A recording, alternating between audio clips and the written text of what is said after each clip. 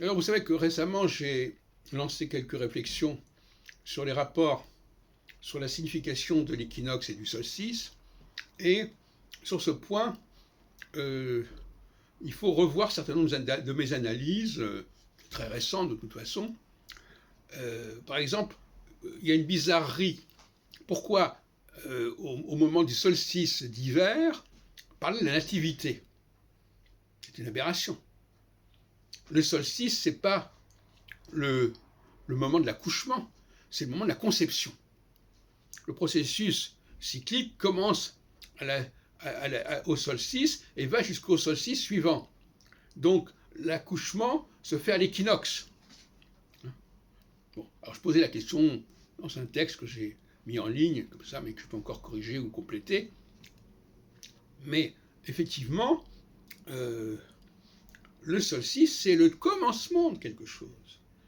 Et donc, on n'a pas de raison de faire naître un enfant au solstice. De la même façon que les Juifs, quelque part, ont raison de célébrer la nouvelle année à l'automne, si on admet que c'est une naissance et pas une conception.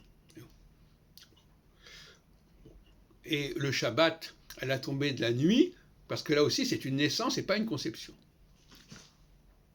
La conception, c'est midi, minuit, c'est un point.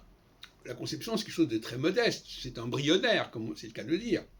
C'est embryonnaire, c'est quelque chose qui va démarrer et qui va aboutir, non pas en fin du processus de 15 ans, mais à mi-chemin. Et à la fin du processus de 15 ans, on arrive justement, au contraire, à la mort du processus et au démarrage d'un nouveau cycle. Donc, la solstice, c'est la mort et la conception. Dans les deux cas, c'est quand même un signal assez faible quelque part. Et c'est le signal puissant, c'est quand même au moment équinoxial. Mais cela dit, ça veut bien dire que de toute façon, en effet, il faut rendre à César ce qui est à César. Le commencement, c'est le commencement. Donc la solsticialité, c'est ce qui va démarrer la chose. Et la naissance, c'est déjà un processus qui est engagé.